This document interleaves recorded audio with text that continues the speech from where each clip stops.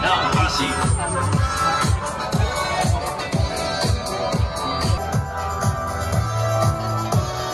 Tayo ang giting ng Pasig. Mga kamag-anak po natin dito sa Pineda, invite po.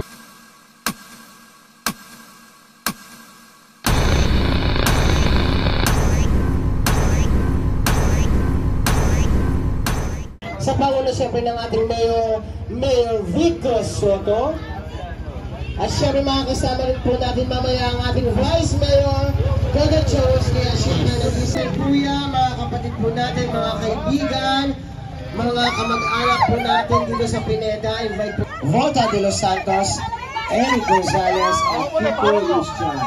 At syempre nandito ang ating 140, number 1 sa ating mga balota, at number 4 sa ating mga balota. Dito, kita mga kaibigan po natin, halina po tayo dito sa mga papers na Pineda para sa focus ng mga team giving ng Pasig.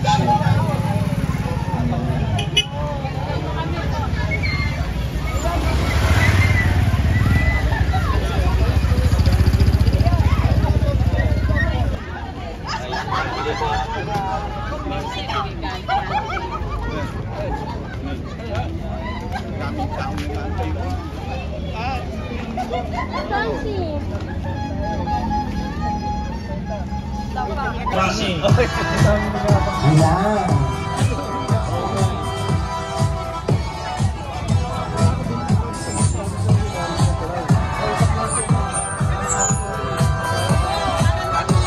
Ang giting ng Pasig.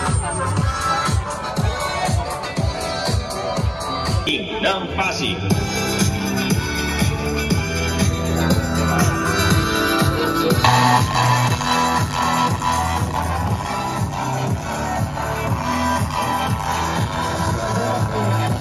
Ang giting ng Pasig.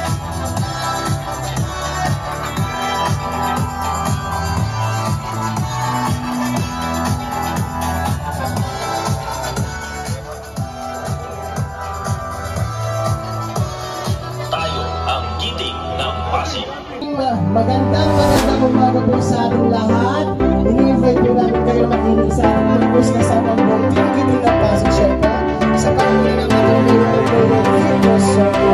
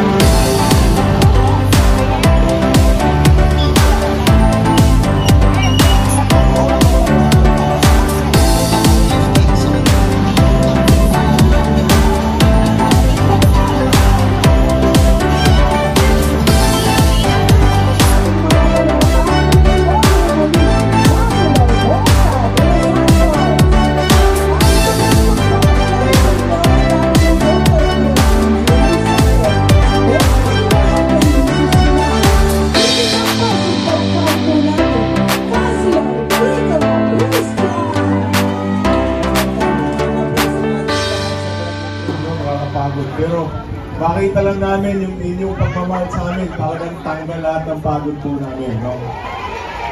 At alam naman po natin, no, itong pinapakita niyong pagmamahal sa Giting ng Pasig, ito ay marami po kami kailangan tapusin pa. Hindi po ganun kadali, no? Na mabago ang sistema ng ating pamahalaan. Pero at the same time, nakaupo. Sila po yung maaga, kaya po sila nakaupo. Naalala niyo po noong 2019, yung bumisita po kami dito. Pero bago pa yung 2019, una, 2016 pa lang po. Ito po, baka hindi nyo na po naalala, baka hindi nyo po alam. Noong 2016, nangandidato po ako bilang konsehal dito sa 1st District. Alam niyo po ba, ang kauna-unahang barangay kung saan nag-house to house ako noong 2016 ay Barangay Pineda. Alam niyo po ba yun? Unang house to house ko dito po sa Barangay Pineda. Kaka-joke mo kasi ng kuko eh.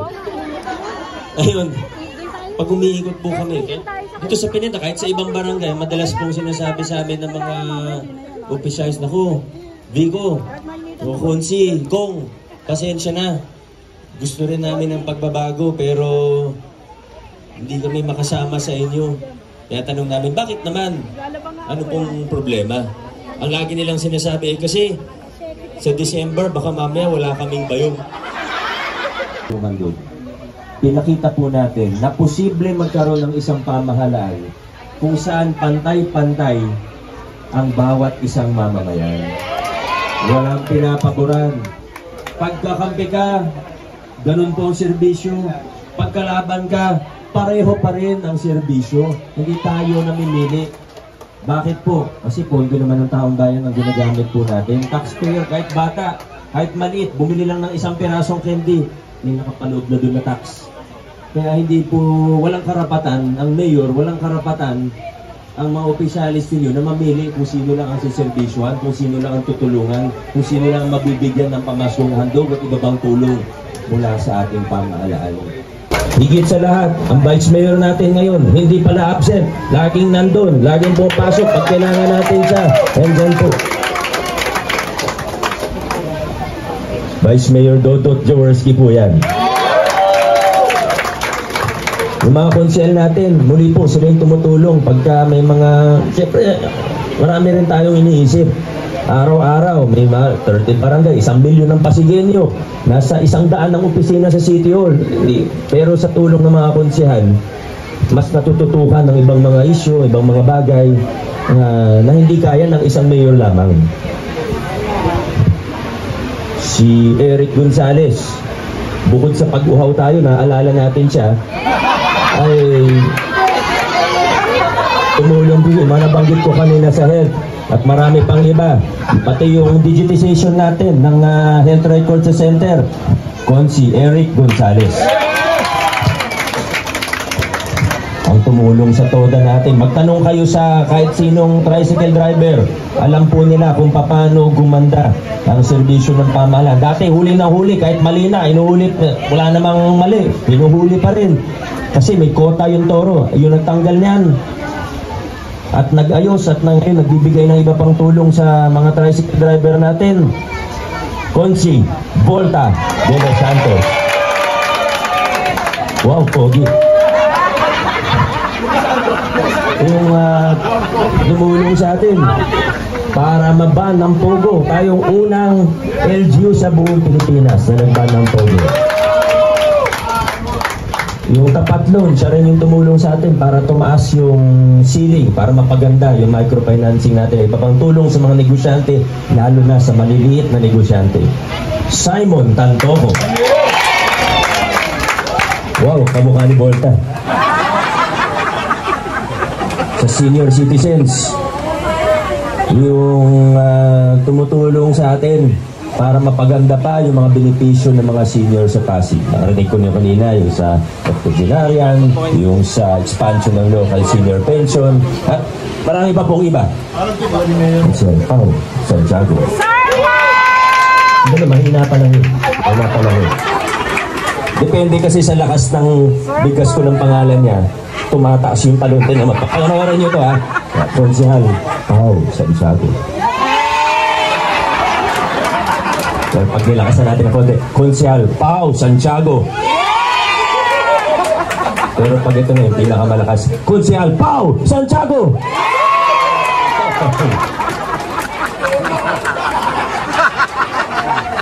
Ngayon, meron tayong isang kasama na hindi tinalag noong 2022. Nakilala niyo na po, nakita niyo naman kung gaano kasipag nito. Pero gusto ko lang po ikwento sa ito. Baka hindi kasi alam ng iba. Natalo siya noong 2022. Pero pagkatalo niya, sunod na araw, kinausap niya ako kagad. Sabi niya, kahit walang sweldo, kahit wala siyang hinihingi, tutulong siya sa mga CSOs natin. Nagtayo siya ng CSO Academy. Sa madaling salita, kahit wala siya sa posisyon, nagtrabaho po siya para sa ating lungsod. Coach Paul, sino ba handang tumulong sa inyo at sa lahat? Last but not the least, ito siguro sa lahat sa kanila, ito yung pinakakilala ninyo. Siya po tumutulong sa atin ngayon at ang laki na po ng mga accomplishment niya sa loob ng 3 taon lamang. Isang term pa lang siya. Pero nakatulong na siya sa mahigit 3,000 pamilya Pasigueño para mapasa kanila yung lupang kinatitirikan ng mga bahay nila. More than 3,000 Pasigueño. Marami sa mga problema, dekada na pong problema. Natulungan tayo ni Councilor Kiko Christian. Alam ko po, may mga tanong kayo kay Councilor Kiko, lalo na po yung mga nakatira dun sa lupa ng PNR. Alam niyo po yan, di ba? Para po sa kaalaman ng lahat, sa tulong din naman ng Land Management Office natin. Pero si Kiko, sabi niya, tinututukan niya rin po. At kanina lang may mga update po siya sa akin. Nakikipag-ugnayan naman po tayo sa PNR. At mukhang handa na rin po ang PNR para i-extend yung kontrata po natin. Okay po. Kaso lang, may ilan tayong kailangan pag-usapan. Hindi na po ako mahiya sa inyo, ha? Opo. May mga iba kasi na may ibang kapitbahay po tayo na medyo sumobra ng konti dun sa mga road lots po natin. Tayo, siyempre, pangalawa lang ang politika. Kailangan unahin natin ang kaayusan at ayusin natin ang gusto natin tumaas ang antas ng pamumuhay dito sa Barangay Pineda. Gusto natin maganda. Gusto natin maayos. Kaya yung mga nag-encroach po dun sa kalsada natin, kailangan manatiling 6 meters po yan. Pag emergency, paano po tayo? Hindi naman kami yung mahihirapan, kayo po. Pag may sunog, huwag naman po sana. Pero kung magkasunog, paano na lang po hindi makapasok ang bumbero na maayos? Kaya hihingi po ako ng tulong sa inyo.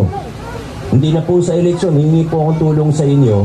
Lalo na yung mga kasama po natin na medyo nag-encroach, na magtulungan na po tayo para mapaganda pa ang inyong lugar. Sa inyo naman po yan. Wala naman po duda na sa inyo na po yan. Pagandahin lang po natin. Tutulong po kami. Makikipag-ugnayan po kami sa inyo sa tulong ni Councilor Kiko. Okay po ba yun sa lahat? Maraming salamat po. Kasama po ang mamamayan, kasama ang buong giting ng Pasig. Sigurado po ako na sa susunod na 3 taon pa, mas marami pa tayong magagawa. Mas marami pa tayong mapagtatagumpayan. Ay tingin pa natin kung ano ang nasimulan na. Sa tulong po ninyo, maraming salamat. Mabuhay ang Pineda, mabuhay ang Lungsod Pasig. Vote straight po tayo.